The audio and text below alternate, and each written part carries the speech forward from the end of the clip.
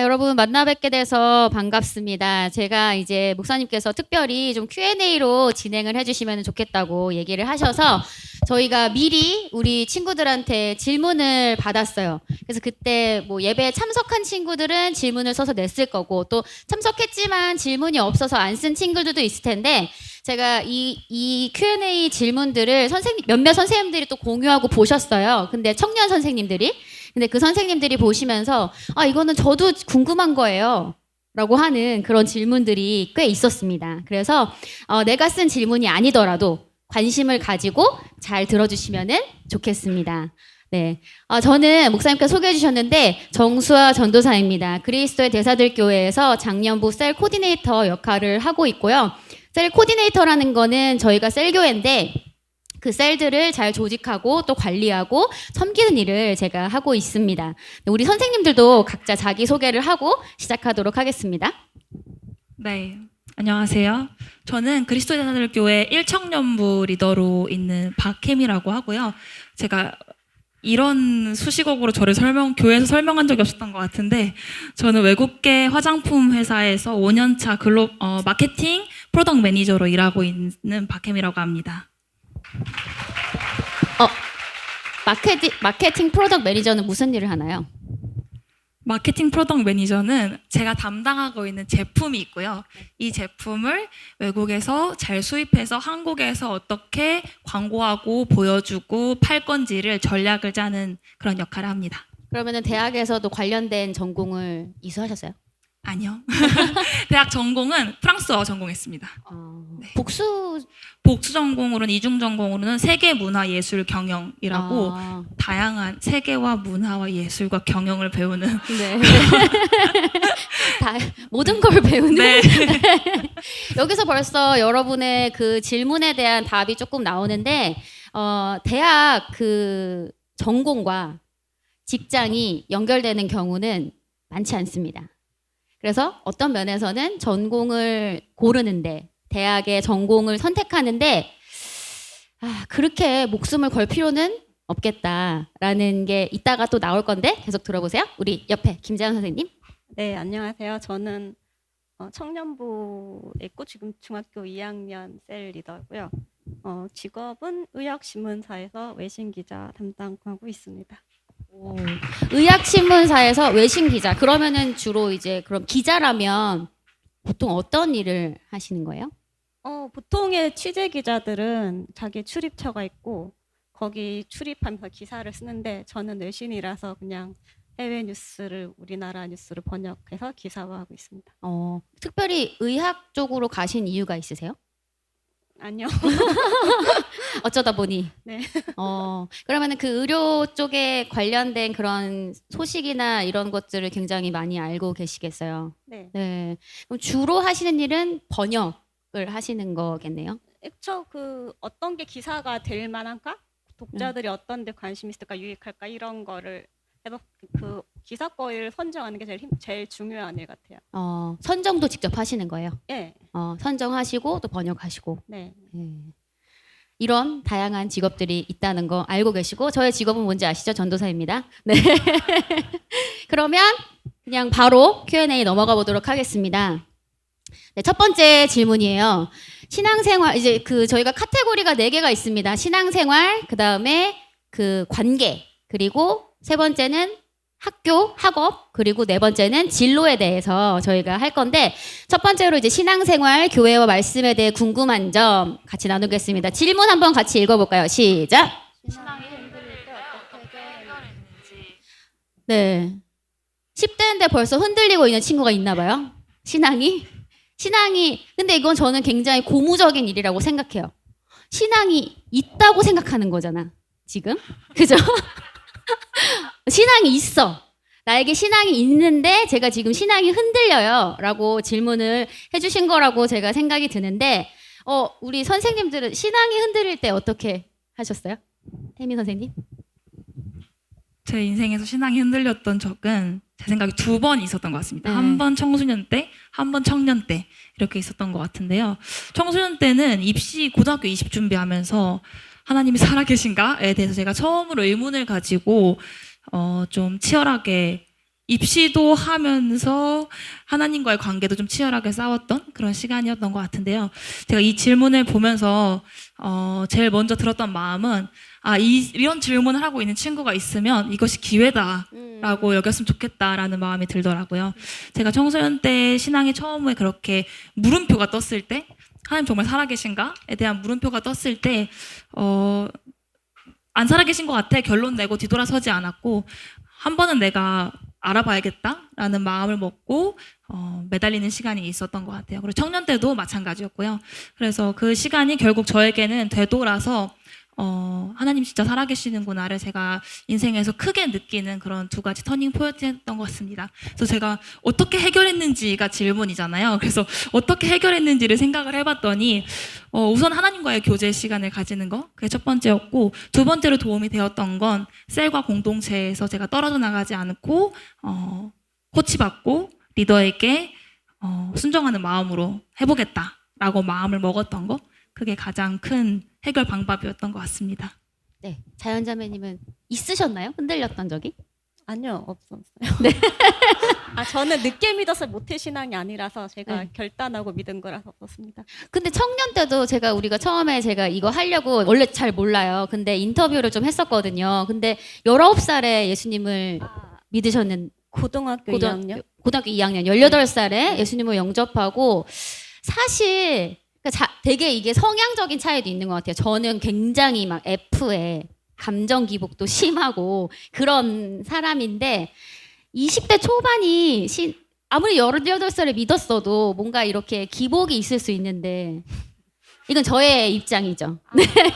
왜 흔들리는지 신앙이 그 네. 이유를 좀 파악하는 게 좋지 않을까 그런 생각이 들고요.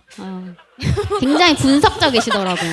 그리고 내가 한번 이건 맞다라고 하는 거는 전혀 흔들림이 없는 제가 너무 부러워하는 그런 저와 정반대의 기질을 가지신 분인데 제 친구들 중에도 있거든요. 네, 근데 그렇게 쭉 가시는 분들도 있는데 예수님을 영접하시게 된 그 계기가 굉장히 특이했어요. 네. 네, 한 번만 나눠주세요. 그거요? 제가 그 고등학교 때부터 친구들이 전도를 되게 열심히 저한테 했는데 저는 그때 뭐 공부도 잘하고 교우 관계도 좋았기 때문에 되게 교만해서 하나님 왜 믿어 나를 믿지 그렇게 생각했어요. 근데 이제 그때 저희 아버지가 그때 IMF 때라서 실직을 당하셨거든요. 그러니까 현실적인 어려움이 오니까 이거 안 되겠다고 하나님께 기도를 했습니다.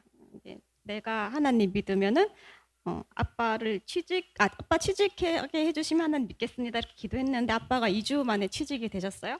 그랬더니 이거 좀 우연의 일치 같아. 이건 좀 아닌 것 같아. 너무 딱 그렇게 되니까 그래서 이제 그 혼자 취소하고 안 믿었어요. 근데 아빠가 그 다음 주엔가 또 잘리셨어요.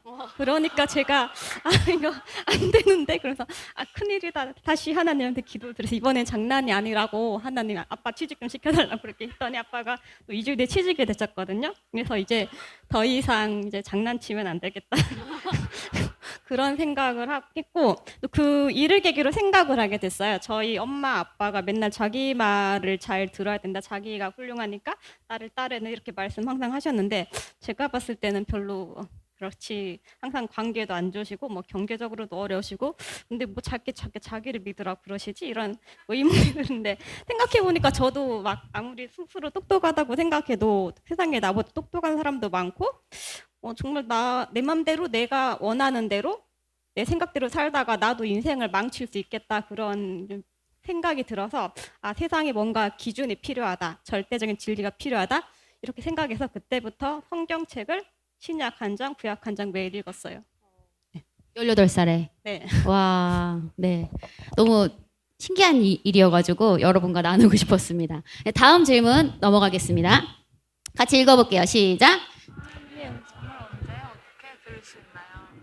네, 하나님의 음성을 언제 어떻게 들을 수 있나요? 사실은 오늘 이제 저희 이 세션의 핵심 메시지예요.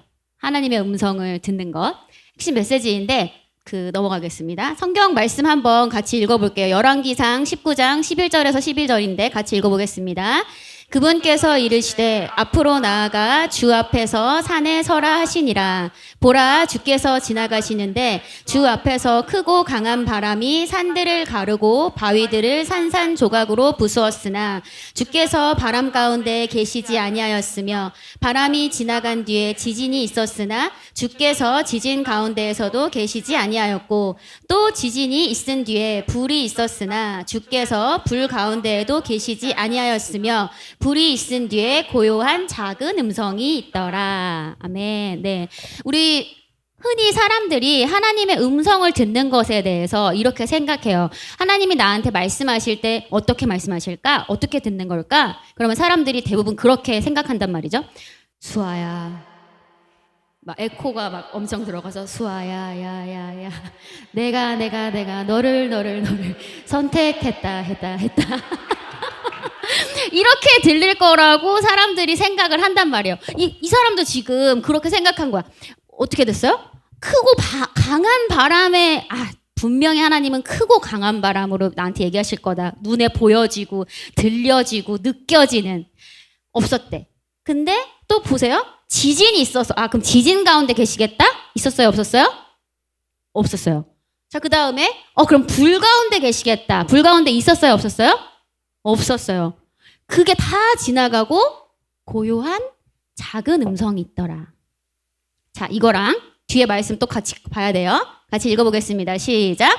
내 양들은 내 음성을 들으며 나는 그들을 알고 그들은 나를 따르느니라. 함께 고백하겠습니다. 나는 주님의 양입니다. 나는 주님의 양입니다. 다시 한번 얘기해 주세요. 나는 주님의 양입니다. 나는 주님의 양입니다. 그러므로 나는 나는 주님의 음성을 들을 수 있습니다. 주님의 음성을 들을 수 있습니다. 옆 친구한테 얘기해 주세요. 너는 주님의 음성을 들을 수 있어. 너는 주님의 우리 뒤에 있는 친구들한테 얘기해 주세요. 너는 주님의 음성을 들을 수 있어. 너는 주님의 음성을 들을 수 있어. 이게 디폴트가 돼야 돼요, 여러분. 네. 하나님의 자녀는 누구나 주님의 음성을 들을 수 있습니다. 그런데 그게 막 불처럼, 지진처럼, 큰 바람처럼 오지 않는다는 거예요. 여러분 안에 떠오르는 작은 생각, 감동, 그런 것들. 작은 생각이나 어떤 감동이나 그런 것들이 하나님께서 여러분에게 주시는 말씀이에요. 그렇기 때문에 우리 모두는 주님의 음성을 들을 수 있어요. 네. 그리고 또 한 가지 중요한 포인트 중에 하나님 음성을 듣는 것 중에 중요한 포인트 중에 하나는 뭐냐면 여러분이 하나님께 질문해야 돼요. 뭘 듣고 싶냐고. 무슨 얘기를 해줘야 돼? 무슨 얘기, 하나님이 여러분한테 무슨 얘기를 해주기 원하세요? 저 듣고 싶어요. 뭘 듣고 싶은데? 하나님은 여러분한테 오히려 질문하시죠. 저 하나님 음성 듣고 싶어요. 근데 그래서 내가 너한테 무슨 얘기를 해줄까? 너는 뭐가 궁금하니? 내가 너에게 무슨 얘기를 해줄까? 너는 뭘 원하니? 예수님도 얘기하셨죠? 예수님도 눈에 보였어요. 맹인이 보였단 말이에요. 눈이 안 보이는 장님이 있는 것을 예수님 보셨지만 그에게 물어보셨어요. 내가 너에게 무엇을 해주기를 원하니? 그래서 여러분 질문하셔야 돼요. 하나님께. 같이 얘기합시다. 하나님께 질문하자. 다시 한번. 하나님께 질문하자. 여러분 질문하셔야 돼요. 그냥 얘기해 주세요 하지 말고 궁금한 것을 물어보시고 질문하시면 됩니다. 우리 혜미자매님은 10대 때 하나님 음성을 들었던 기억이 나는 게 있으신가요? 제가 가장 처절했던 그 첫 번째 물음표가 떴던 그 시기에 네. 저에게 좀 복합적인 그런 1년이었던 것 같아요. 제가 중학교 3학년 때 이제 갑자기 고등부 입시를 준비하게 됐고 그러면서 마음이 너무 어렵고 학교에서 아무도 제가 될 거라고 말해주지 않았을 때 하나님 살아계신다면 제가 이거 돼야 된다라고 했을 때 정말 그때 제가 붙잡을 수 있는 게 하나님밖에 없었어요. 저에게 학교 선생님도 그때 학원도 이렇게 많이 안 다녔거든요. 학원 선생님도 아무튼 저에게 도움이 될 수가 없었는데 그 시기에 하나님께서 저에게 그런 꿈으로 그리고 잠깐씩 보여주시는 환상으로 제가 청소년기 때는 어떻게 보면 하나님께서 저와 더 깊은 대화를 하고 싶으실지도 모르겠다라는 생각이 들어요. 근데 제 안에 갖고 있던 말씀과 하나님에 대한 데이터가 많지 않았던 거죠. 그래서 하나님께서 하실 수 있는 모양으로 그런 꿈으로 저에게 말씀하셨던 것 같습니다. 우리 자연자매님은 10대 때 들었던 음성. 있는데요. 네. 저한테 뭐 하나님 믿게 된 계기 자체가 하는 그런 생각을 주신 것 같고요. 네. 그리고 저는 뭐 말씀 보면서 이렇게 다가오는 말씀이 좀 그런 게 눈에 딱 들어와서 뭐 깨닫기도 하고 뭐 반성하기도 하고 그런 때가 많고 또뭐 요즘에는 갑자기 어떤 생각 아침에 강렬하게 들 때가 있어요. 그런 지시에 딱 따랐을 때 되게 중요한 일을 해결했을 때도 있었어요. 네. 맞아요. 이게 갑자기 생각이 들어요. 제가 주일 예배 때 이거 최근에 있는 일이어서 제가 주일 예배 1, 2부 예배를 전체 이제 디렉팅을 하는데 그 전날 담임 목사님이 설교 후에 이 찬양 하겠습니다라고 이제 지시를 하셨어요. 근데 이제 그거를 저도 알고 있어야 되고 찬양 간사님도 알고 계셔야 되고 미디어 팀도 알고 있어야 된단 말이죠. 왜냐면 찬양팀이 준비를 해야 되고 미디어 팀은 가사를 써야 되고. 근데 아침에 갑자기 그 생각이 드는 거예요. 이거 체크를 한번 할까?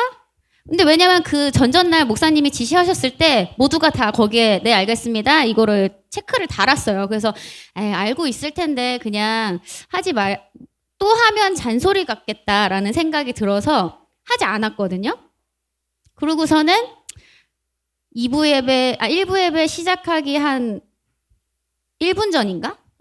우리 카운트다운 올라가니까 1분 전인가 2분 전인가 그 간사님한테 미디어 간사님한테 물어봤어요. 간사님 찬양팀이 우리 오늘 그 찬양 연습했죠? 그랬는데 아니요 안 하셨는데요? 그러는 거예요. 이상하다. 그래서 이제 찬양 간사님한테 갔는데 다른 찬양으로 알고 있었던 거예요. 그래서 물론 이제 쉬운 찬양이기 때문에 찬양팀이 임기응변으로 할 수 있어요. 그리고 미디어 팀도 혹시 몰라서 그냥 가사 2개를 다 준비를 해놨습니다. 그래서 그래서 이제 제가 찬양팀한테 이거 아니고 오늘 그거 하는 거니까 찬양팀 다 얘기해 주세요. 그래서 어쨌든 사전에 공지가 돼서 찬양팀도 알고 그렇게 들어갔거든요. 그러니까 이게 뭔가 막 되게 뭐라 그래야 될까? 아까처럼 동굴에서 말하는 그런 게 아니란 말이죠. 하나님의 음성이. 그냥 번뜩이는 생각. 주님이 나한테 주시는 생각, 아이디어, 감정, 감동 그런 것들이 하나님의 음성입니다. 어렵게 생각하실 필요가 없습니다. 네, 다음 넘어가겠습니다. 우리 3번 질문 같이 읽어볼게요. 시작. 예수님은 언제 오시나요? 이거 뒤에 붙은 말이 있었어요. 예수님은 언제 오시나요? 제가 80살 때 오셨으면 좋겠는데. 80살까지밖에 안 살고 싶나 봐. 그 친구는. 네. 예수님은 언제 오시나요? 이거는 정확히 성경에 근거해서 여러분에게 말씀을 드려야 될 것 같아서 말씀을 갖고 왔습니다. 같이 읽어볼게요. 시작. 이 하늘나라의 기쁜 소식이 온 세상의 땅끝까지 전파되어 모든 민족이 그 복음을 듣게 될 것인데 그때야 세상 끝날이 올 것이다. 네, 여러분, 모든 질문, 모든 그런 그 환경들, 모든 그 순간들을 하나님의 말씀에 근거해서 맞는지 틀린지 옳고 그름을 여러분은 생각하셔야 됩니다. 그래서 세상의 종말, 예수님이 언제 오시냐? 어제 김선빈 목사님도 얘기하셨죠? 우리 앞에 통일이 놓여 있고 여러분 앞에 또 뭐가 있고 그리고 예수님의 다시 오심이 있을 거다라고 얘기를 했는데 통일, 대부흥, 다시 오심 이렇게 얘기하셨는데 예수님 언제 오세요?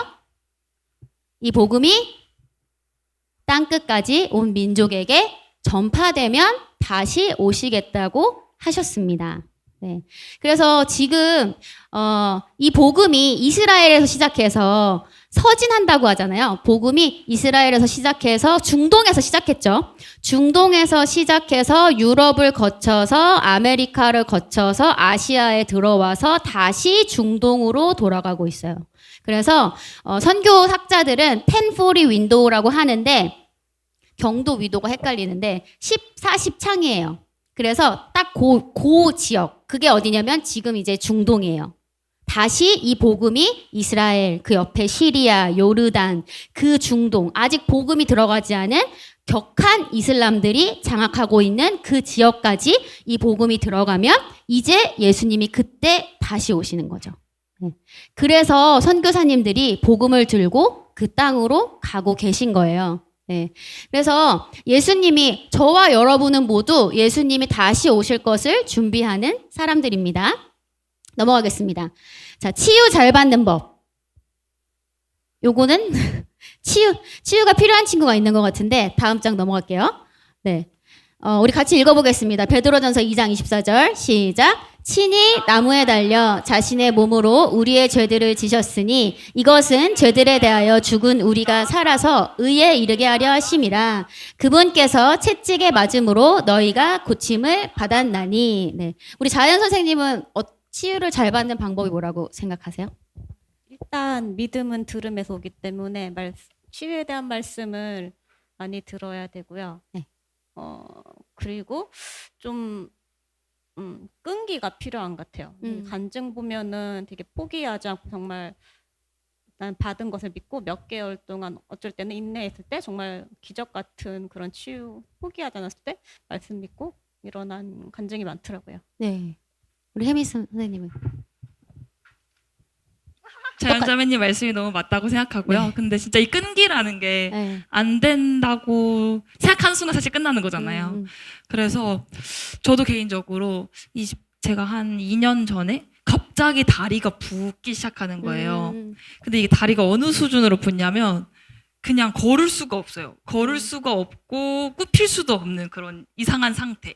무릎을 중심으로 내 다리가 왜 이렇게 뭐라 그러지? 누가 저한테 도너츠 같다 그랬는데 이렇게 도넛같이 다리가 부어오르는 거죠. 그래서 이제 이것 때문에 병원에 가서 이제 급하게 걷지도 못하니까 사람이 출근도 당연히 못하고 그래서 막 응급실에 가서 검사를 하고 했는데 원인을 모른다는 거예요. 조금 작은 병원에 갔다가 좀 더 큰 병원에 갔어요. 갔는데도 원인을 모르겠대요. 검사했는데 모든 수치가 정상이고 염증 수치가 조금 높다. 그래서 이제 제가 이제 염증을 좀 낮춰주는 약을 좀 먹으면서 찜질을 해주면서 기도하고 회복이 됐던 경험이 있어요. 근데 그러다가 이제 그 처음이 제가 너무 힘들고 갑자기 병원의 의사도 저에게 모르겠다는 표정으로 쳐다보는데 그게 너무 무서운 거예요. 의사라도 알아야 좀 뭔가 내가 그래도 치유 가능한 그런 범위 안에 진짜 의사도 모르는 약간 저를 보면 갸우뚱. 근데 이제 그러면서 이제 제가 첫 번째로 그런 좀 회복을 겪었는데 그러고 나서 몇 달 뒤에 다시 제가 어느 날 자고 일어났는데 다시 무릎이 또 붓기 시작하는 거예요. 그냥 느낌으로 알아요. 이거는 지금 뭔가 잘못됐다. 근데 제가 그때는 어떤 마음이 들었냐면 내가 여기서 이것을 뿌리 뽑지 않으면 내가 치유받은 게 아니다. 치유받은 자의 태도라면 내가 지금 병원에 달려가는 것이 아니라 내가 이걸 명해서 내가 여기서 승리해야 한다라는 믿음이 모르겠어요. 갑자기 저에게 그런 믿음이 생겼던 것 같아요. 그래서 그날 아침에 출근을 하면서 조금씩 쩔뚝쩔뚝 이렇게 걸어가면서 아니야 나는 내 안에 생명이 있고 하나님께서 나를 위해서 예수 그리스도를 이 땅에 보내셨고 예수님께 채찍에 맞으셔서 내가 나음을 입었다. 내 안에 계신 이가 세상에 있는 자보다 크다. 그걸 하루 종일 오전 내내 묵상을 하고 사실 오후에 너무 바빠서 까먹었어요. 까먹고 제가 집에 퇴근할 때쯤 다리가 멀쩡해졌다는 사실을 발견할 수 있었던 것 같아요. 그래서 정말 끈기? 어떻게 보면 사실 몇 달 뒤에 그 다시 닥쳤을 때 내가 이 문제 해결했다고 생각했는데 왜 다시 오지? 라는 물음이 제 안에 있었거든요. 그런데 거기서 멈추지 않고 사실은 인내를 가지고 말씀이 그렇다면 그런 것이다 라고 버티는 게 정말 중요한 것 같습니다. 네. 말씀을 붙잡는다는 거 우리가 이렇게 표현을 많이 하죠. 여러분 암벽 등반할 때 앵커를 박잖아요. 저기 위에다가 못을 하나 박아놓고 거기 그 밧줄에 이제 대롱대롱 매달려서 이렇게 쭉쭉쭉쭉 올라가요. 그래서 여러분이 말씀으로 앵커를 박는 거예요. 나는 치유받았다. 여기 보면은 베드로전서 2장 24절 우리가 흔히 고백하는 치유 말씀이죠. 예수님께서 채찍에 맞으심으로 너희가 고침을 받았나니 예수님께 채찍 맞으셨을 때 나는 나았다. 라는 그 말씀을 꽂아놔요. 아직 난 도달을 못했어. 로프에 매달려 있어. 아직 거기까지 가진 못했지만 여기가 나의 종착점이야. 나는 여기 있어. 라고 그래서 그거를 붙잡고 올라가는 게 이제 끈기가 필요한 거죠. 근데 이 앵커를 옮기면은 거기까지 갈 수가 없는 거예요. 치유를 잘 받는 법은 일단 아까 자연자매님 얘기하신 것처럼 말씀을 많이 들어야 되고 왜냐하면 믿음은 들음에서 나니까. 그리고 끈기 있게 그 말씀 붙잡고 끝까지 나아가는 겁니다. 네, 다음이요. 같이 읽어보겠습니다. 시작. 원수를 사랑하라는 말씀이 이해가 안 될 때는 어떻게 해야 할까요? 원수가 있나 봐요. 네, 원수가 있는 것 같은데 원수를 사랑하라는 말씀이 이해가 안 될 때 어떻게 해야 되죠, 우리 자연자매님? 제가 그 왼수 같은 친구가 있었는데요. 이것 때문에 되게 많이 고민했어요. 그래서 근데 첫 번째는 제가 그 친구랑 많이 싸우기도 하면서 좀 사실 우리가 친구랑 싸우면 친구가 나한테 욕을 한다거나 나한테 화를 낸다거나 그럼 나도 같이 싸우고 싶잖아. 이게 욕하고 성질이. 근데 이제 말씀을 보니까 예수님은 욕을 당하시되 맞디오 욕하지 아니하시고 고난을 당하시되 위협하지 아니하시며 오직 의롭게 심판하시는 분에게 자신을 맡기시고. PPT 넘겨주세요. 예, 저기 이거죠? 베드로전서 네. 예, 말씀이 있더라고요. 예수님을 생각하니까 나도 이렇게 나한테 욕한다고 같이 하는 건 예수님의 모습이 아니다. 근데 또 밑에 보면은 이런 일을 위해서 너희가 부르심을 받은 줄 아나니 이것은 너희가 복을 상속받게 하려 함이라. 심지어 이걸 위해서 우리를 부르셨다고 하니까 내 말씀에 따라야겠다. 좀 이렇게 그런 자세를 가지게 됐어요. 복을 받아야 되니까요. 저는. 복을 받아야 네, 되니까. 복에 좀 욕심이 있어서. 네. 또 누가복음 6장도 써주셨어요. 그리고 용서는 자신을 위한 거예요. 다른 그 상대를 위한 게 아니라 자신을 위한 거거든요. 이것도 말씀인데 원수를 사랑하고 선을 행하고 아무것도 바라지 말고 빌려주라. 그렇게 하면 여기도 결국 복인데 너희 보상이 클 것이요. 또 너희가 가장 높으신 이 아이들이 되리니. 네, 이런 말씀이 또 있고 그리고 인도받으려면은 누구를 미워하면 안 돼요.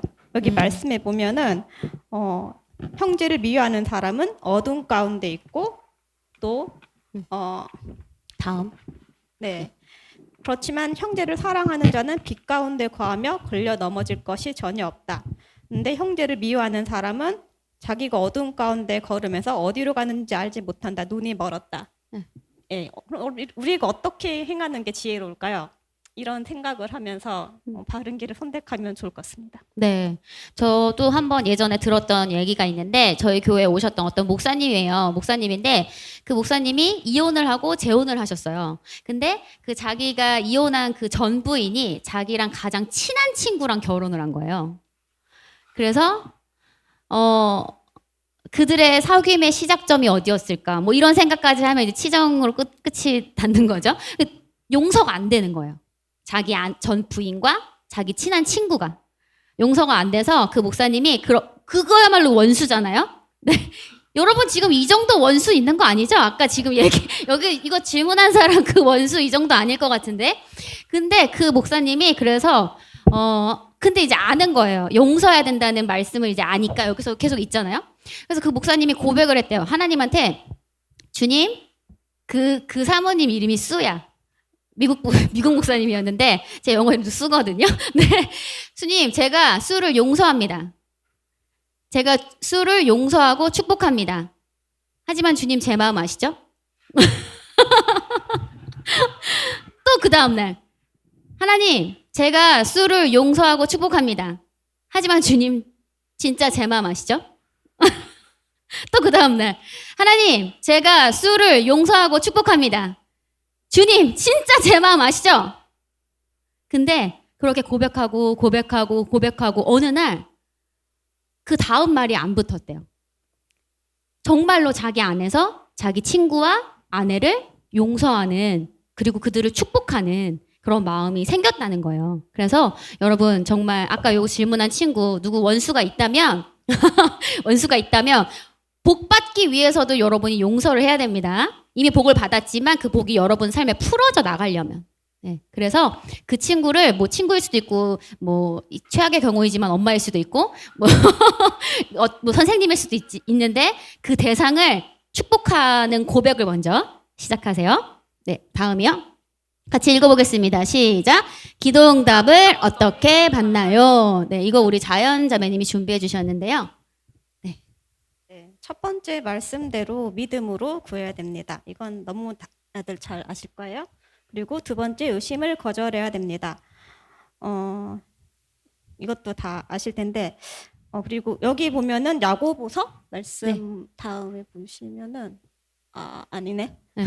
예. 읽어주세요.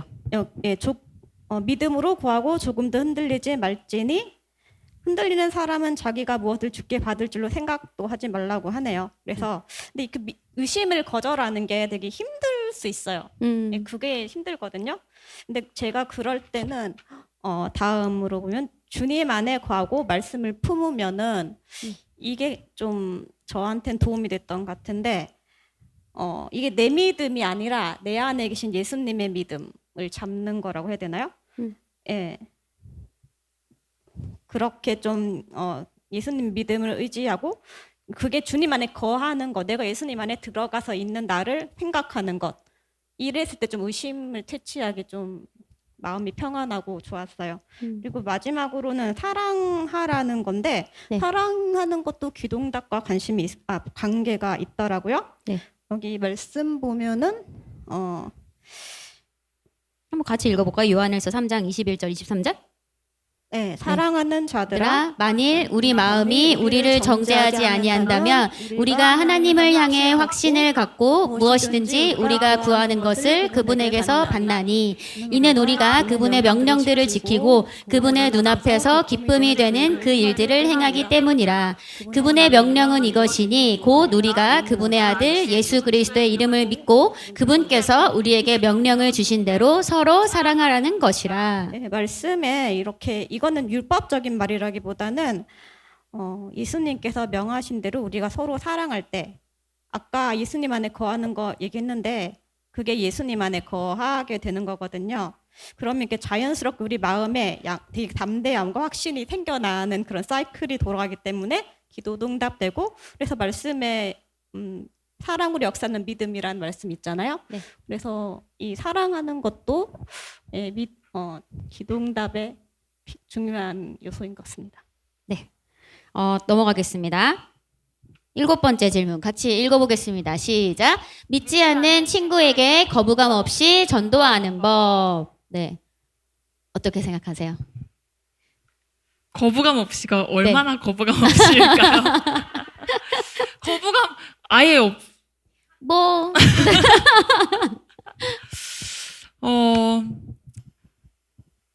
제가 이 얘기를 보면서 생각이 났던 일화가 하나가 있는데 제가 대학생 때 이제 제가 크리스찬인 거를 이제 제 친구들은 다 알았어요. 저희 동기들은 다 알고 그래 혜미는 주일 일요일 날에는 약속 못 잡는 애 이렇게 애들이 알고 지내다가 근데 저도 참 그런 거예요. 얘네한테 복음을 내가 어떻게 전해야 되지? 갑자기 뜬금없이 가서 너 하나님 좀 믿어볼래? 예수님 들어봤니?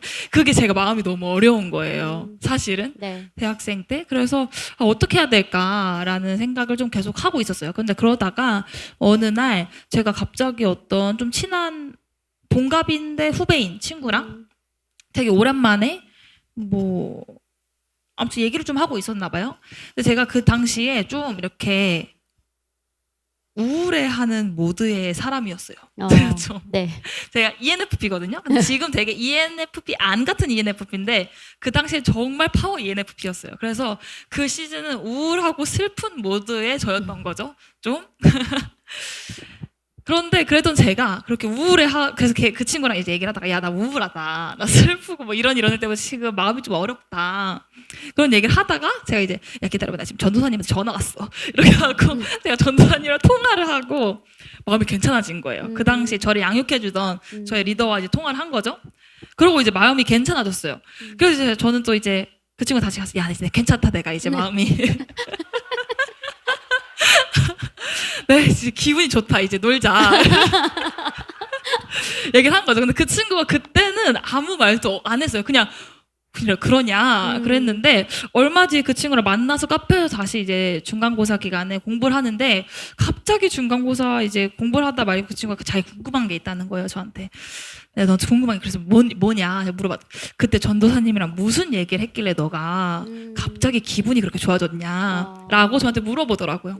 그래서 제가 그걸 이제 계기로 그 친구한테 제가 믿고 있는 것에 대해서 복음에 대하여서 전하였고 또 그 당시 제가 이제 저희 대학에서 이제 그 당시 청년부 목사님께서 한 번씩 오셨어요. 그래서 그 친구를 거기 같이 데리고 가가지고 이제 같이 영접기도 하고 이런 좀 시간이 있었던 것 같아요. 그래서 되게 이 문장을 보면 이 친구는 뭔가 서론, 본론, 결론으로 친구에게 복음을 전해야 된다라는 생각을 가지고 있는 것 같아요. 그런데 사실은 생각보다 그렇지 않고 그냥 마치 내가 점심 먹었는데 너무 맛있어 이런 얘기를 하듯이 일상을 나누다 보면 사실은 믿지 않는 자들은 믿는 자에 대한 그런 기대감을 가지고 있고 또 그것을 보고 질문한다는 것을 좀 알 수 있었던 것 같습니다. 네.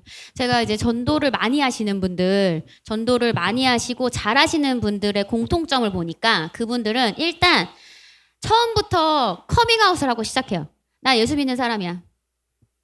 그러면 이제 나 언제 얘기해야 되지? 나 사실은 저 사람이 내가 예수 믿는 걸 알고 있을까? 내가 이걸 언제 얘기해야 되지라는 노심초사를 할 그 에너지 소모가 없어지는 거죠.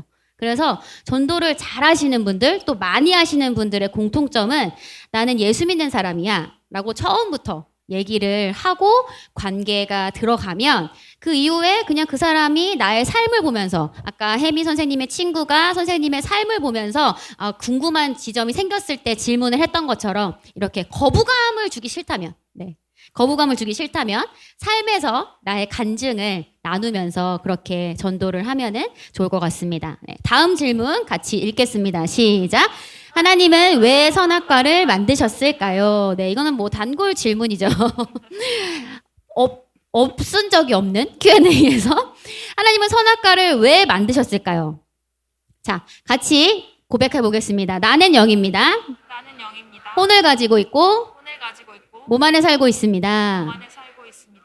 영인 나는 영인 나는 선택합니다. 선택합니다. 다시 한번 영인 나는 영인 나는 선택합니다.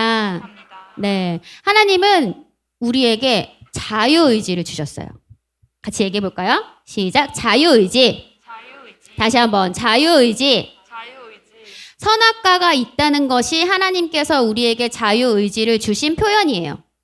그건 뭐냐면 아담은 하나님을 믿기로 선택할 수도 있었고 마귀를 믿기로 선택할 수도 있었던 거예요. 근데 선악과라는 존재가 없었다면 하나님을 믿지 않기로 선택할 수 있는 옵션이 없어져 버리는 거죠. 그러면 아담은 그냥 선택지가 없어. 하나님밖에 믿을 수 없어. 하나님밖에 믿을 수가 없고 그래서 하나님을 믿는 거면은 아담의 자유의지로 선택해서 하나님을 믿는 게 아니죠. 네, 그냥 결정돼 있는 거잖아. 답정너 같이. 근데 그게 아니야. 하나님은 선택권을 주셨어요. 아담아, 네가 나를 믿을 수도 있고 나를 믿지 않기로 선택할 수도 있어. 근데 나는 너의 자유의지를 동원해서 나를 믿기로 선택해줬으면 좋겠다. 라는 하나님의 사랑의 표현입니다. 네. 그래서 하나님은 아담이 좋은 것을 선택할 거라고 믿고 그 선악과를 심어 놓으신 거죠. 하지만 아담은 그 이후 어떤 스토리가 있는지 모두 잘 아시죠? 그래서 모든 인류의 비난을 받게 된 네, 그런 일이 있었습니다. 다음 마지막입니다. 이거는 신앙 파트에서 마지막이에요. 같이 읽어볼게요. 시작. 청년 때는 어떻게 돌아가나요? 네, 우리 청년부 전도사님이 계신데 전도사님이 나와서 얘기를 한번 해주셔도 좋을 것 같아요.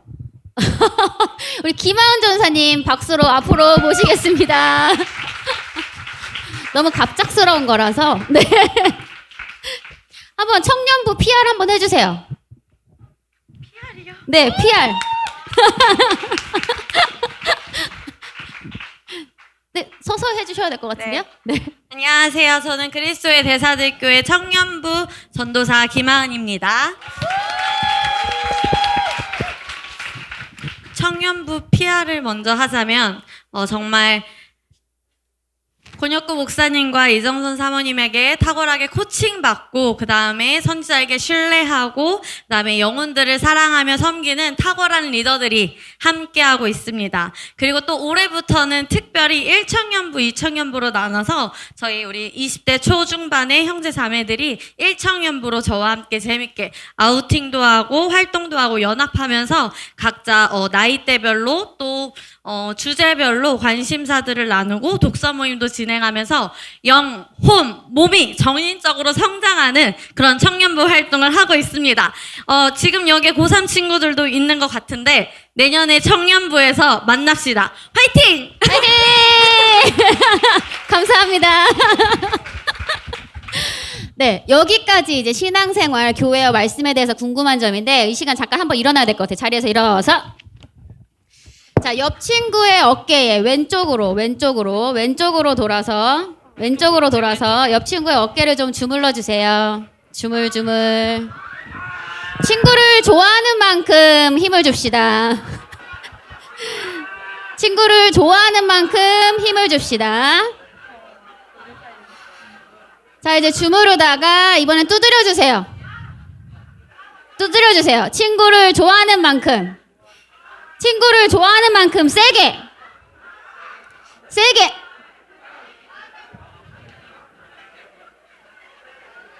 자, 스탑. 자, 이제 다시 반대로는 하지 않습니다. 자리에 앉으세요. 우리는 원수를 갚지 않는다. 자, 자리에 앉으세요. 지금 아주 졸린 타임이에요. 네. 그리고 아주 그냥 의자가 너무 편안하네. 자, 그 다음 친구 관계나 이성교제, 부모님과의 관계. 근데 부모님과의 관계는 별로 중요하지가 않나 봐요, 여러분에게. 부모님과의 관계에 대한 질문은 딱 한 개가 올라오고 대부분 친구 관계, 이성 관계에 대한 질문이 있었어요. 네, 1번 같이 읽어볼게요. 시작. 친구와 잘 지내는 법, 친구를 사귀는 법. 네, 이게 너무 궁금한 것 같아요, 우리 친구들이. 자연자매님 어떻게 생각하세요? 잘 지내는 법? 아, 잘 지내는 법이요? 사귀는 법? 사귀는 법. 뭐 본인이 적극적으로 그러니까 나서면은 또 친구들한테 배려하고 친절하게 대하고 도와주고 그러면 자연스럽게 관심을 가지고 이렇게 배려해주면은 잘 생길 것 같아요. 네, 우리 혜비 선생님은? 저는 친구 관계로 진짜 힘들었던 시간이 있었어요. 저는 정말 고등학교 1학년인지 2학년인지 기억도 잘 안 나는데요, 이제. 그 둘 중에 고등학교 1학년이네요, 1학년 때 제가 이제 제 인생에서 공학이 아니라 여자 반에 있었던 유일한 1년이 있었습니다. 근데 심지어 제가 반장이었어요. 제가 반장인데 뭔가 친구가 있긴 있어요. 없는 건 아니에요. 제가 왕따는 아니었어요. 그렇지만 친구가 없는 거죠. 제가 느끼기에는. 제 마음을 풀어놓을 수 있는 그런 내 친구다라고 한 친구가 없었고 이렇게 무리가 있지만 이 무리에서 누군가 한 명을 탈락시켜야 된다면 나일 거야. 라는 생각이 들었던 그런 네. 1년이 있었습니다. 그래서 제가 그때는 정말 월요일이 오지 않기를 간절히 기도하면서 일요일 밤마다 울면서 기도했어요. ENFP니까. 하나님 제발 월요일이 오지 않게 네.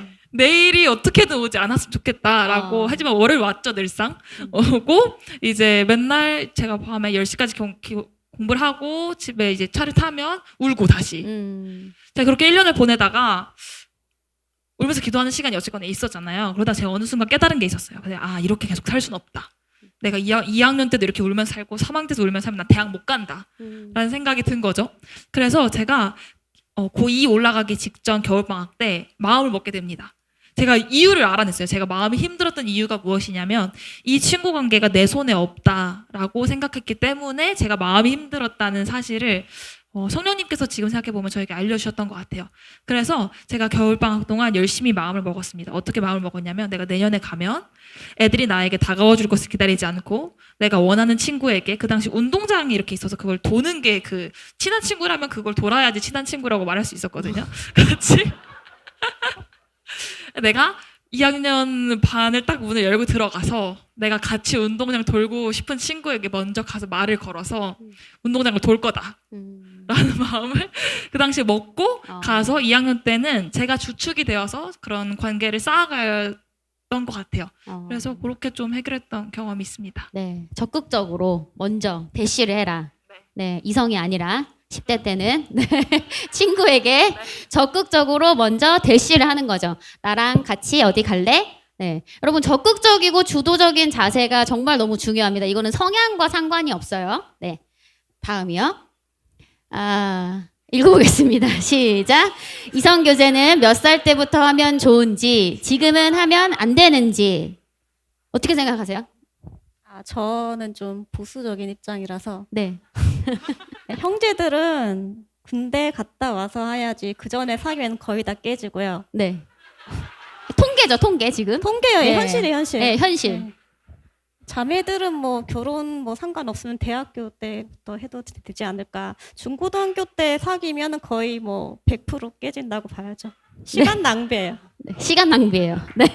끝까지 이어지는 감정 커플이 낭비, 시간 낭비. 거의 없었다. 네. 우리 혜미 자매님은. 이성 교제는 네. 결혼을 전제로 한다. 네. 네. 결혼을 전제로 하는 것이다. 네. 제가 얘기하고 싶었던 부분인데요. 우리 같이 얘기해 볼게요. 모든 이성 교제는 결혼을 전제로 합니다. 다시 한번. 모든 이성 교제는 결혼을 전제로 합니다. 자, 결혼을 전제로 한다는 게 무슨 말이에요? 지금 만약에 수호랑 뭐 누구랑 사겨요? 수호가 지금 18살인가? 17살인가? 근데 사귄다는 거는 나는 얘랑 결혼을 할 거야 라는 무게감을 가지고 사귀어야 된다는 거예요. 그냥 얘 사귀었다가 쟤 사귀었다가 뭐 깨지면 어쩔 수 없지, 다른 애 사귀지, 이게 아니라는 거지. 네. 모든 이성 교제는 결혼을 전제로 해야 돼요. 그래서 무게감이 있는 거예요. 그래서 생각해보면 결혼을 할 수 있는 나이에 이성 교제를 시작해야 되는 거죠. 몇 살 때부터? 모르지. 난 20살에 대학 안 가고 결혼할 거야. 그럼 그때 사귀세요. 난 18살에 대학 안 가고 결혼할 거야. 그럼 그때 사겨. 고등학생인데 교복 입고 임신해서 다닐 수는 없겠죠? 그러면 학교를 가지 못할 거고, 근데 드라마에 막 그런 거 나왔지. 그런 거를 하고 싶으면 그런 삶을 선택하면 되는 거예요. 이거는 해라 하지 마라 할 수가 없어요. 하지만 여러분에게 정확한 가이드를 주는 거예요. 모든 이성 교제는 결혼을 전제로 하는 거기 때문에 결혼이라는 것은 책임이 따르거든요. 그렇죠? 그리고 결혼의 목적은 생육하고 번성하는 거예요. 다시 한번 얘기할게요. 결혼의 목적은 생육하고 번성하는 거예요. 뭘 생육해? 로이같이 아기가 태어난단 말이야. 결혼은 자녀가 생기는 거예요. 그러면 여러분이 이성교제를 한다면 나는 지금 애를 낳아서 키울 준비와 자신감이 있는지, 경제적 그 준비가 되어 있는지. 제가 이거 한번 한 적 있거든요. 청소년부에서. 아이를 키우는데 돈이 안 든다고 하지만 안 드는 건 아니에요. 지금 10대인 여러분이 키울 수 있는 그런 규모의 재산은 아니에요. 분유를 사야 되고, 기저귀를 사야 되고, 아기 옷을 사야 되고, 사야 될 것들이 많이 있죠. 근데 생각해 보세요, 여러분. 여러분이 10대 때 부모가 된다고 생각해 봐. 내가 그런 친구들을 많이 본 건 아니지만 제 주변에 있었거든요. 내 친구들은 내 용돈이, 내가 아르바이트해서 번 돈이 자기한테 다 들어와서 자기 옷 사고, 자기 신발 사고, 한정판 나오면 그거 사고, 핸드폰 바꾸고, 그걸 한단 말이야. 근데 나는 애가 있어. 그래서 나는 내가 번 돈이 나한테 들어오지 않고 내 애한테 가야 돼. 그거를 정말 힘들어하는 친구들을 제가 많이 봤어요. 그러면 그 사람들은 부모가 될 준비가 됐어요? 안 됐어요? 안 됐어요. 그럼 그 사람들은 이성교제를 할 준비가 됐어요? 안 됐어요? 안 됐어요. 자, 이렇게 생각하시면 돼요. 알겠죠? 모든 이성교제는 결혼을 전제로 하는 거다. 결혼의 목적은 생육하고 번성하는 것이다. 그러면 여러분 이제 자기 자신을 돌아보세요. 사실 이거 말고 이성교제에 대한 관련된 질문이 굉장히 많았는데 이미 하고 있는 친구가 낸 질문도 있었어요. 뭐 장거리 연애를 오래 유지하는 방법? 그거는 100%다 깨진다고 보시면 돼요. 눈에서 멀어지면 마음에서도 멀어지는 거는 만고불변의 진리입니다.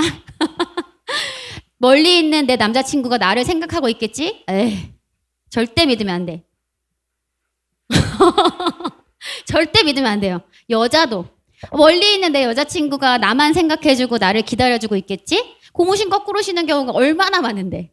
아까 얘기하셨잖아요. 군대 갔다 오면은 다 깨진다. 네. 그래서 여러분, 이성교제는 결혼을 전제로 하는 것이고 결혼은 생육하고 번성하는 목적으로 하는 것이다. 지금은 하면 안 되는지 저는 하면 된다 안 된다라고 얘기하고 싶지 않아요. 스스로 생각하는 거예요. 네. 스스로 생각하세요. 여러분이 꿈이 있다면 나는 이런 사람이 될 거야. 나는 이런 일을 하고 싶어. 우리 혜미 선생님 마케팅 프로덕트 매니저를 하고 있는데 나 저런 화장품 회사에 들어가서 나도 저런 정말 해외 그 제품들을 내가 먼저 보고 그것들을 막 분석해서 어떻게 하면 사람들에게 잘 팔까 그런 것들 나 이런 멋진 일 하고 싶어. 나 자연 선생님처럼 정말 해외 외신 기자로 정말 그런 새로운 정보들을 계속 듣고 사람들한테 좋은 정보를 나눠주는 일들을 하고 싶어. 라는 여러분의 그런 꿈이 있잖아요. 네. 근데 결혼은 다 해야 되거든요. 근데 여러분의 그 타임라인을 인생의 타임라인을 한번 생각해 보란 말이죠. 지금 무엇을 해야 되는지. 내가 그 꿈을 이루기 위하면 내가 그 목적을 이루려면 지금 나는 무엇을 해야 되는지. 그럼 이성교제는 나에게 언제쯤 필요할지. 언제부터 내가 시작해도 될지. 여러분 우리가 뭐 성경 시대로 돌아가면은 지금 여러분 다 애기 엄마 아빠들이잖아요. 그죠? 그때는 학교도 없었고 뭐 이런 그 긴 학업 과정을 거쳐서 가야 되는 직장도 없었고 그런 시대였단 말이에요. 근데 지금 21세기 2025년에 살고 있는 여러분에게는 어떤 것이 맞을지. 브라질에 있는 친구들은 브라질은 조금 더 우리나라보다는 뭐라 그래야 될까요? 좀 더 개발이 덜 된 나라잖아요. 그래서 브라질에는 대학생들인데도 결혼하고 저희 남편이 이제 갔다 왔었는데 그 부흥하는 교회를 탐방을 갔었어요. 근데 그 교회 셀리더들이 20대인데 대학을 다니면서 아이를 키우면서 셀리더를 하고 있었대. 근데 그게 거기는 별로 이상하지 않은 거예요. 근데 최근에 저희 팀에 어떤 한 여자분이 오셨어요. 그분도 CC 대학대 CC여서 남편하고 똑같이 교직 이수를 하고 있었는데 사범대였는데 아기가 생긴 거예요. CC였는데 20대 때. 그래서 남편은 먼저 임용고시를 보고 교사가 되었고 여자는 아무래도 아이를 키워야 되기 때문에 학업을 중단하고 이제 조금 시간이 걸려서 임용고시를 치르고 교사가 되었단 말이죠. 근데 그거에 대한 후회가 아직도 있어요. 40대인데. 그런 후회를 가지고 인생을 살아갈 것이냐. 아까 감정 소모라 그랬죠. 이런 불필요한 장애물을 내가 내 인생에 놓을 거냔 말이죠. 그래서 그런 것들을 잘 생각하고 지금은 하면 안 되는지에 대한 대답은 여러분이 지혜롭게 내리시기 바랍니다. 네, 다음 넘어가겠습니다. 같이 읽어볼게요. 시작. 비기독교인 친구가 퀴어 문제, 왜곡된 역사 사실에 대해 말하면 어떻게 반응하면 좋을까요? 실제로 이제 여러분들이 사회에 나가서 겪게 될 일들이에요. 네, 근데 비난할 필요 없고 화낼 필요 없어요. 그냥 나도 나의 생각을 말하면 돼요. 그들이 그들의 생각을 말하는 것처럼 우리도 그냥 우리의 생각을 말하는 겁니다. 그들이 원하는 다양성을 인정해줘라 라고 얘기하는 주장하는 그 근거에 의해서 그 다양한 주장 중에 하나다. 우리의 이야기도. 그래서 나는 그냥 이렇게 생각한다 라고 얘기를 하면 됩니다. 왜곡된 역사 사실, 그리고 뭐 퀴어 문제 이런 거에 대해서 그냥 여러분이 생각하는 거를 진솔하게 감정 없이 얘기하면 되겠습니다. 다음이요. 자, 안 믿는 친구와의 원만한 관계, 안 믿는 친구와의 제가 이거를 좀 생각했거든요. 그리고 가요, 팝송 등 찬양이 아닌 노래 들어도 되나요? 이 친구가 조금 되게 율법적으로 생각하는 것이 아닌가. 안 믿는 친구랑 친구하면 안 되나요? 그럼 예수님 안 믿는 친구랑 친구 안 하면 여러분 복음 어떻게 전할래요? 네, 우리는 예수님은 우리한테 세상으로 나아가라 그랬잖아요. 그쵸? 세상으로 나아가라 그랬기 때문에 안 믿는 친구랑 그냥 믿는 친구랑 하는 것처럼 잘 사귀면 돼요. 똑같이 잘 사귀면 되지만 그 친구한테 영향을 받지 말아야죠. 그쵸? 근데 가요, 팝송 등 찬양이 아닌 노래 들어도 되나요? 안 되나요? 사실 들으면 된다, 안 된다라고 얘기할 수는 없어요. 근데 성경에서는 너희는 이 세대를 본받지 말아라. 로마서 12장 2절에서 얘기하고 있죠. 네. 그래서 그 가요와 팝송이 좋지 않은 이유는 그 내용이 우리가 믿는 바와 다른 내용들이 있기 때문이에요. 그래서 아까 얘기했던 이성교제는 결혼을 전제로 한 것이다. 이런 내용은 사실 세상 사람들이 들으면 뭐 언제적 얘기를 하고 있어. 너무 고리타분 얘기를 하고 있어. 너 조선시대 살고 있니? 뭐 이런 얘기를 한단 말이죠. 대부분의 가요와 팝송의 그런 주제는 사랑 이야기고 그 사랑 이야기가 사실은 10대 때, 20대 때, 결혼 전에 뭐 그런 이야기들을 얘기하고 있죠. 그렇기 때문에 그런 메시지를 내가 계속 듣다 보면 어느샌가 사랑은 이렇게 아름다운 거지. 맞아. 이성교제는 누군가를 사랑한다는 거는 너무 좋은 일이야. 두근거린다. 나도 정말 저런 두근거림을 느끼고 싶다. 듣다 보면, 가요랑 팝송을 듣다 보면, 그 가사를 듣다 보면, 그런 생각이, 여러분의 생각이 될 수 있기 때문에, 주의하라는 얘기를 하고 싶습니다. 다음입니다.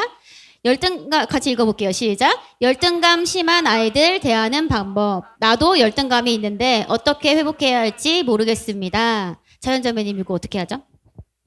저기 열등감이 심한 사람도 이유가 있겠죠.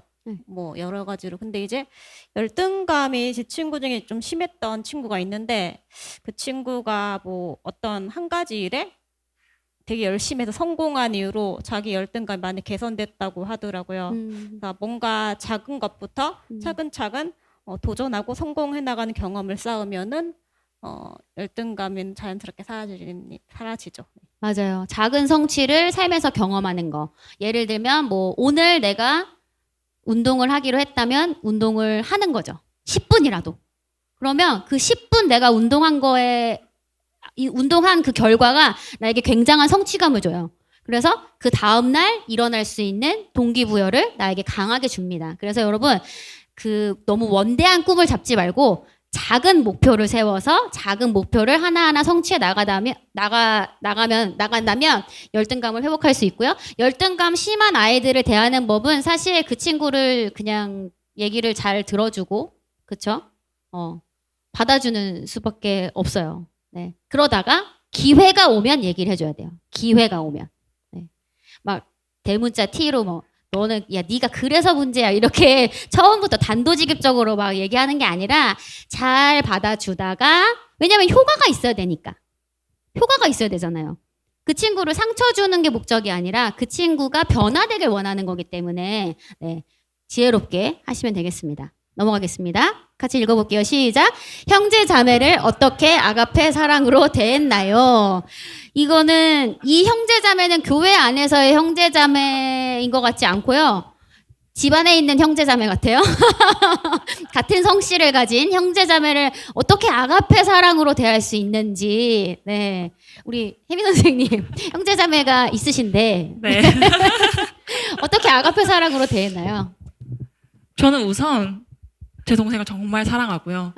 그리고 그런 사랑으로 제 동생이 저를 사랑한다고 저는 믿습니다. 연년생을 데리고 와야 되는데 여기 나이 차이가 너무 많이 난다 동생하고. 네. 그런데 결국 아가페 사랑도 영으로 우리가 하는 사랑이잖아요. 네. 그래서 이 영혼을 영으로 보는 것이 핵심인 것 같습니다. 하나님이 이 사람을 지었는데 내가 뭐라고 이 사람을 사랑하지 않을 수 있는가에 대한 것을 좀 생각하다 보면 네, 결론이 나지 않을까 싶습니다. 제가 들어보니까 이 사람이라고 생각하는 게 포인트 같아요. 내 동생, 내 누나, 뭐 내 오빠 이렇게 생각하지 마시고 이 사람. 약간 거리를 두세요. 약간 거리를 두고 이 사람은 영이다. 여러분의 그 형제 자매들이 있다면 특히 막 연년생이면 사실 1살 차이니까 그렇잖아요. 근데 이 사람 좀 더 객관적으로 떨어져서 보시면은 좋을 것 같아요. 네, 넘어갈게요. 같이 읽어보겠습니다. 시작. 그리스도인이 복음 전파하고 영혼 구원하려면 많은 관계를 맺어야 하니까 외향적이어야 할까요? 네, 저희가 질문이 많아서 조금 빨리빨리 넘어갈 건데 외향적일 필요 없습니다. 내향인들도 복음을 전파해야 됩니다. 네, 모든 성격은 하나님이 주신 거예요. 그거는 모든 기질은 하나님이 주신 선물이거든요. 그리고 각 사람은 자기 기질에 맞춰서 잘 복음을 전파하도록 하나님이 예정해 놓으셨어요. 그렇기 때문에 모두가 외향적일 필요는 없습니다. 넘어가겠습니다. 기숙사에 가면서 엄마랑 멀어졌는데 친해지는 방법. 기숙사 생활 한 적 있죠? 아, 대학생 때 네네네. 있습니다. 제가 추천드리는 방법은 시간을 함께 보내는 거. 시간을 함께 보내- 짧게라도 함께 자매겠죠. 그렇겠죠. 이런 형제가 있다면 없을 저에게 거예요. 알려주세요. 네. 제가 네. 아무튼 시간 함께 보내고 여행을 같이 가는 걸 전 추천드립니다. 네. 그런 형제가 있다면 사위 삼아야지. 그런 마음을 20대 때 이런 마음을 가지고 있는 친구가 있다면 사위 삼고 싶어요. 자, 다음 넘어가겠습니다. 이제 학업이나 대학 생활에 대해서 저희가 지금 파트 세 번째인데 네 번째까지 가야 되거든요. 그래서 조금 빨리빨리 넘어갈게요.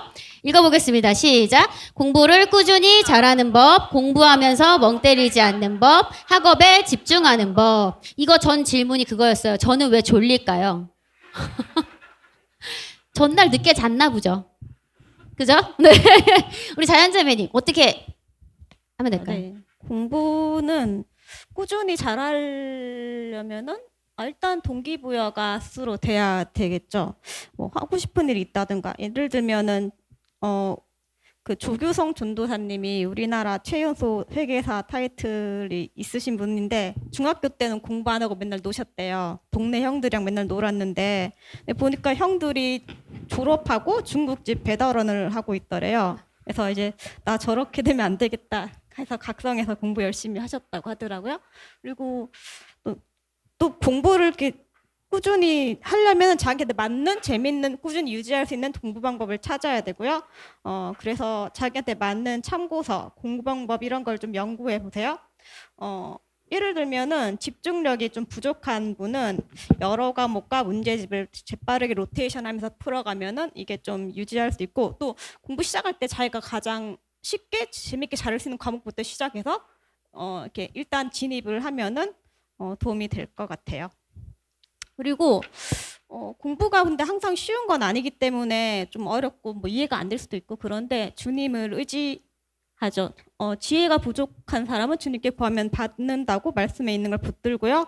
그리고 여러분 선배 중에 어떤 학생이 있었는데 학생 때 되게 열심히 섬기다가 정말 자기 실력으로 갈 수 없는 그런 되게 너무 수준 높은 학교에 하나님 은혜로 입학하게 됐대요. 근데 갔는데 너무 거기 실력이 높으니까 자기가 너무 뒤처지고 집중력도 부족하다고 그런 걸 깨달아서 너무 힘들었는데 그 형제는 계속 공부한다가 힘들면은 골방에 들어가서 울면서 기도하고 또 나와서 공부를 하고 이렇게 반복하다 보니까 이게 학교에서 손꼽힌 우등생이 되어서 후배를 가르치는 튜터도 뽑히고 또 그 형제의 글이 교과서에도 실릴 정도로 되게 발전했다고 해요.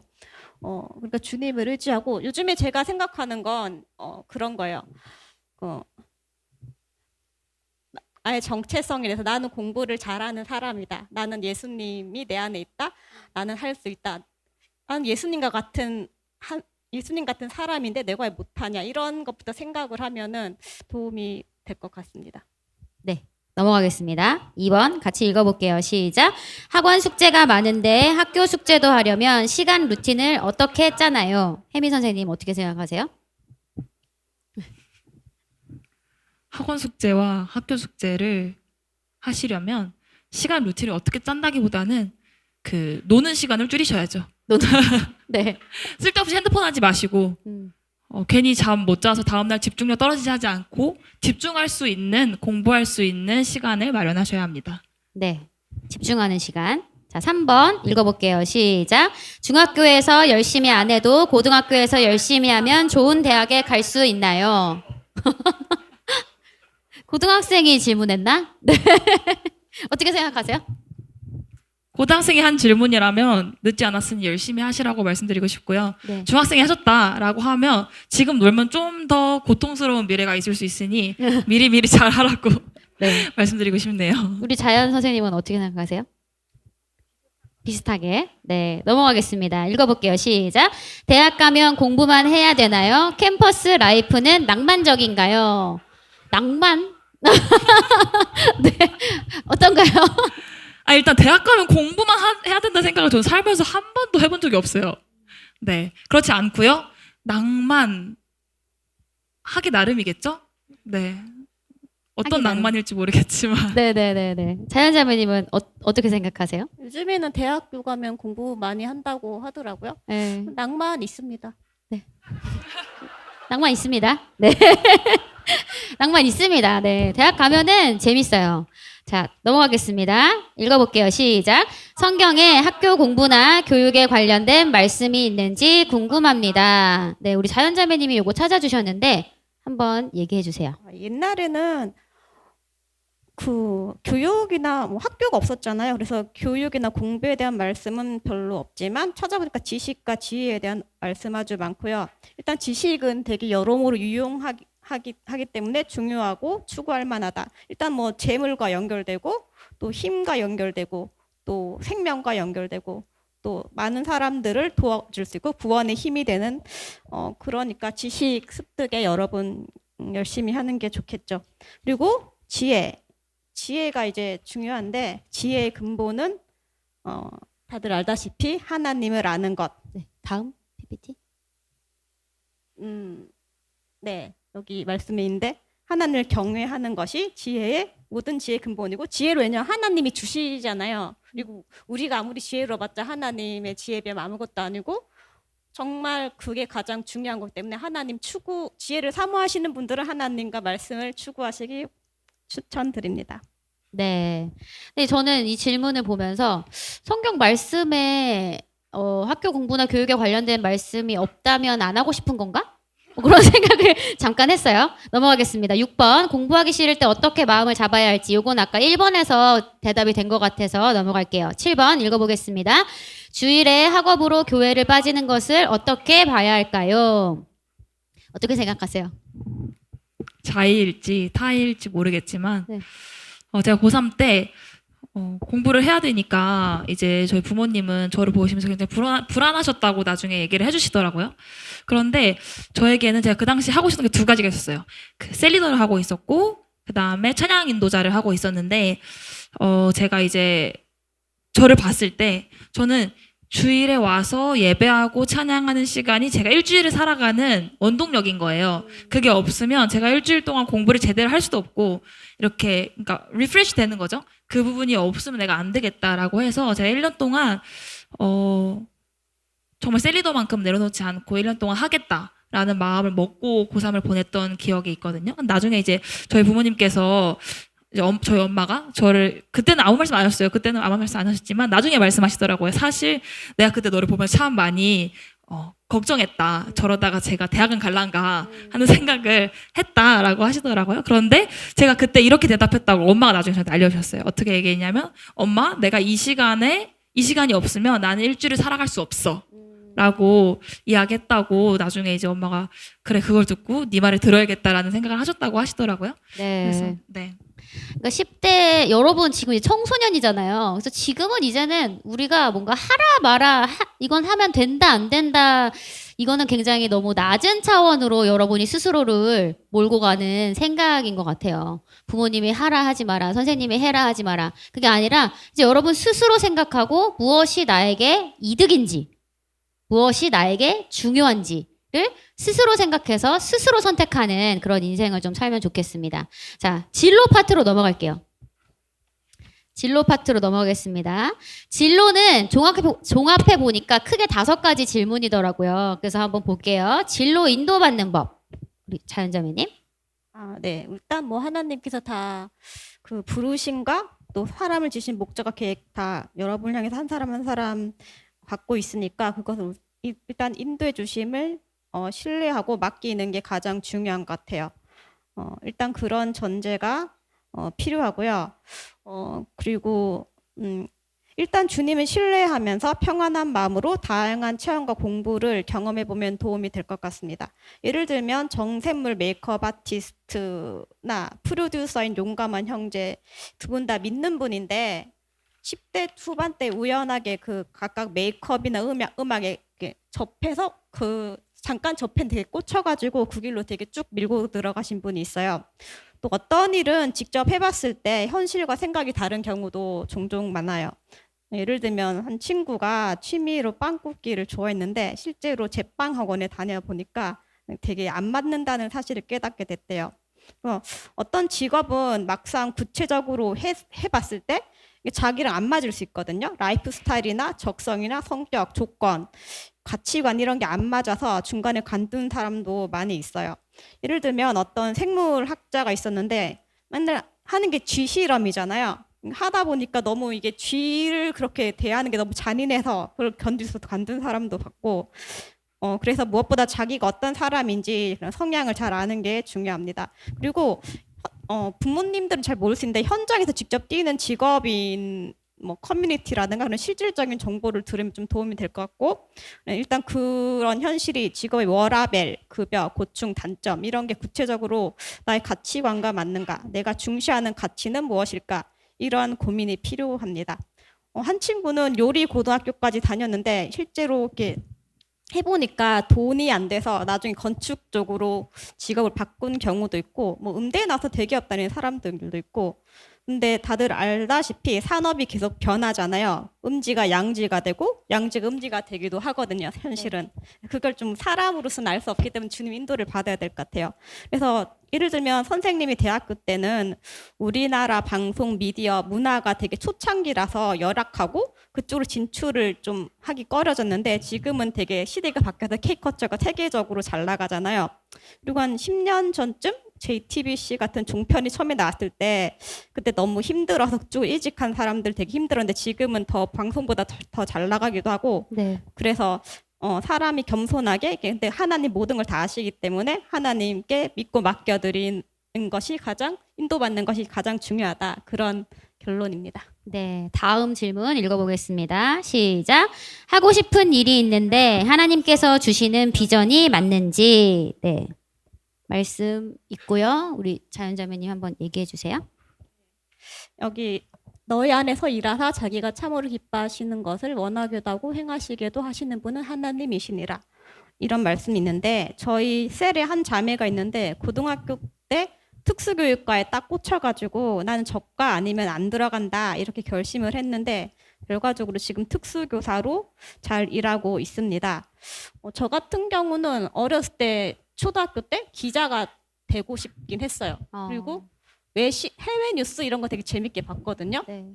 그런데 뭐 제가 되려고 한 건 아닌데 어쩌다 보니까 정말 기자 일을 하고 있기도 하고, 그리고 뭐 어렸을 때 뭐 사업에 대한 동경 이런 게 있었는데 지금도 사업 준비도 하고 있고, 이게 자기 하고 싶어 하는 일이 정말 그런 것이 이게 확실히 이렇게 꽂히는 수도 있는데, 정말 중요한 거는 이게 정말 내 영혼에서부터 하는 부르심인지 아니면 이제 겉멋으로 그런 건지 이런 거 좀 분별을 해야 될 것 같아요. 네. 그리고 뭐 그걸 지금 알지 못하더라도 아까 계속 말씀하셨지만 전공이 무관한 직업을 뭐 하는 경우도 많고, 이것에 대해서 하나님께 합력을 이루시고 부르시는 자들한테 선을 이루시는 것, 이런 거를 좀 신뢰하면서 평안하고 지금부터 또 충실하고 기쁘게 살아가면은 모든 것이 다 잘 되지 않을까, 말씀대로. 네.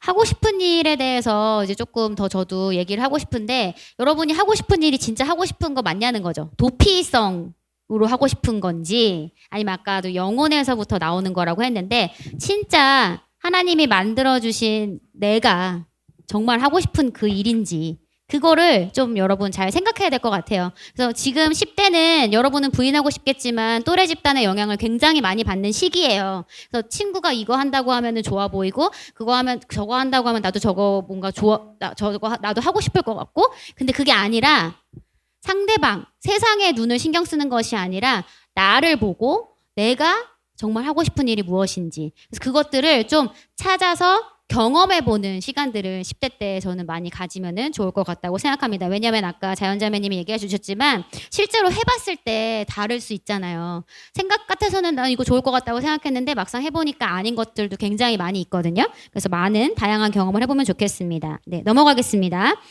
좋아하거나 하고 싶은 일을 해야 될까요? 아니면 잘하는 일을 해야 될까요? 라는 질문을 하셨어요.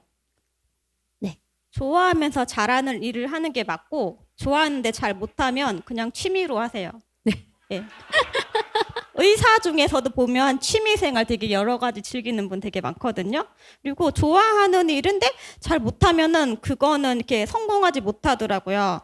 예를 들어 후배 중에 방송 작가가 되고 싶어서 정말 됐는데 막상 해보니까 너무 잡일이 많고 바쁘고 힘들고 피곤해서 결국에는 취직을 갔습니다.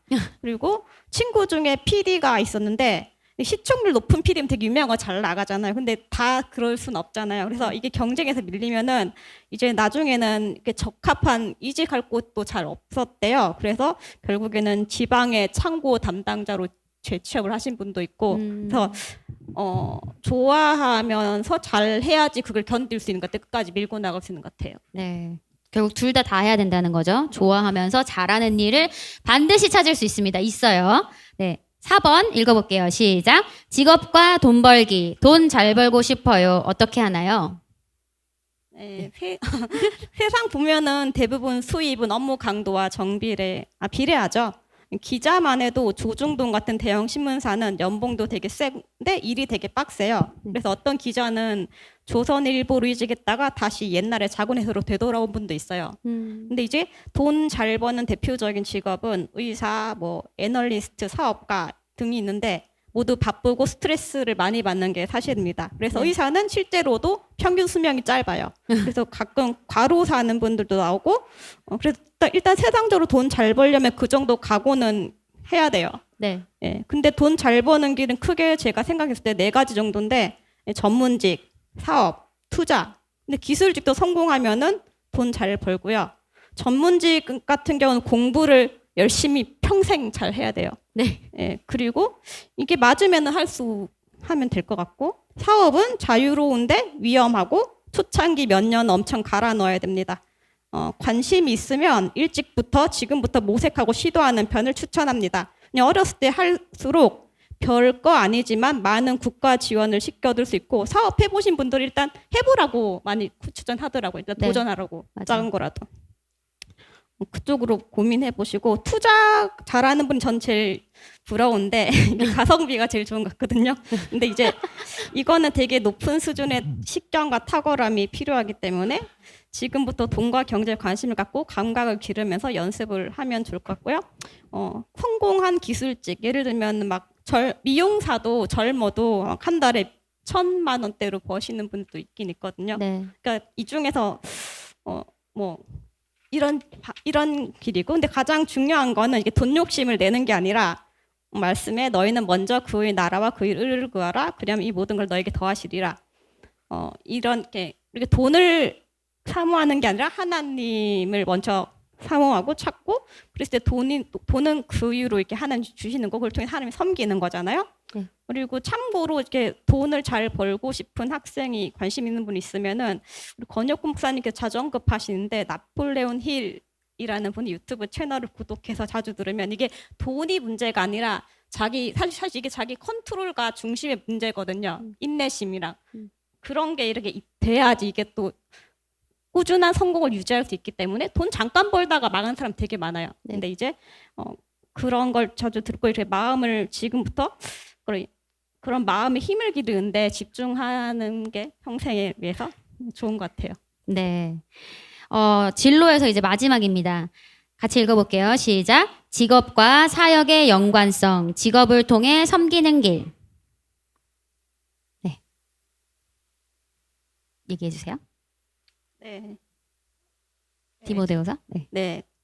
여기 말씀대로 이 그릇의 종류는 되게 다양한데 하나님 쓰시는 그릇이 되려면은 이게 자기를 구분하고 깨끗하게 잘 구분하면 하나님 쓰신다는 그런 말씀이에요.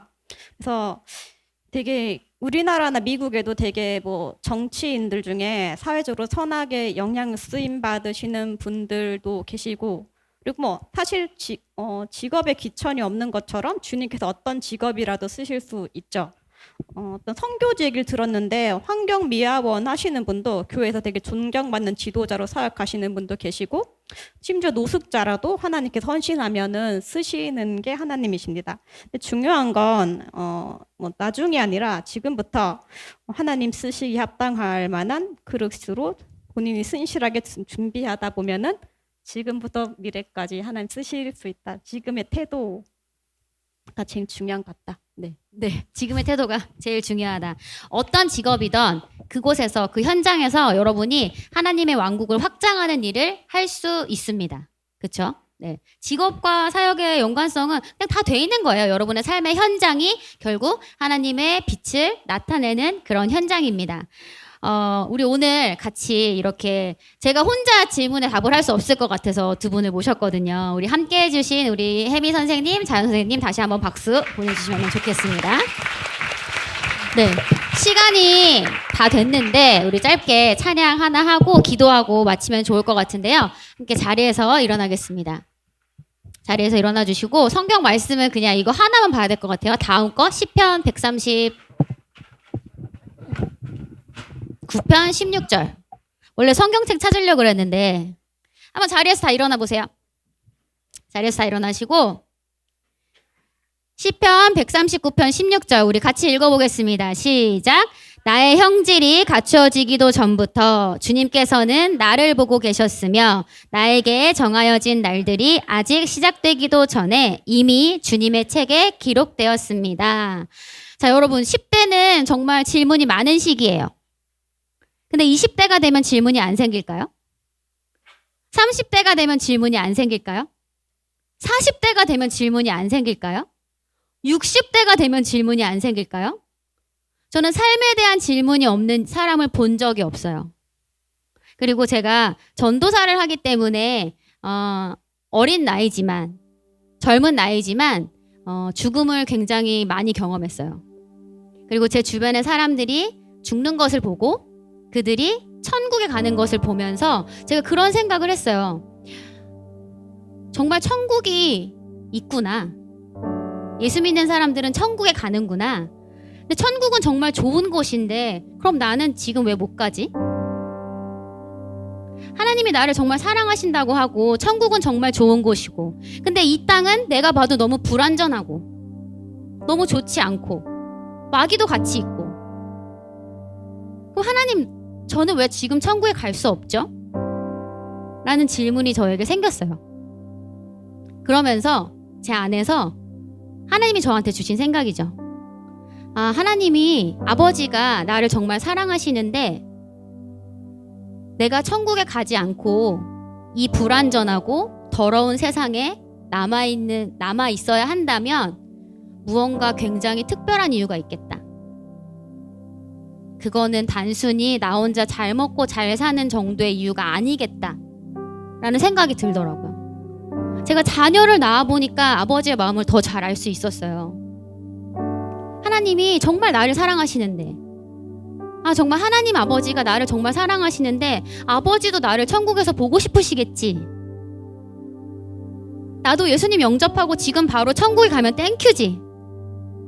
이 땅에서 수능을 보지 않아도 되고 친구 관계에서 좌절을 경험하지 않아도 되고 또 취업을 하기 위해서 노력하지 않아도 되고 내가 살아가면서 무엇을 해야 될지 고민하지 않아도 되고 그냥 단순한 생각이죠. 천국에 가면 정말 좋은데 천국은 정말 좋은 곳인데 나는 왜 지금 갈 수 없는가? 내가 이 땅에 남아있다면 뭔가 정말 특별한 일이 있겠다. 여러분이 지금 이 자리에 있는 이유, 저와 여러분이 지금 천국에 가지 못하고 이 땅에 살아남아 있는 이유는 뭔가 특별한 일이 있기 때문입니다.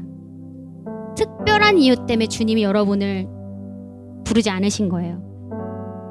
특별한 이유가 있어요. 같이 고백해 볼까요?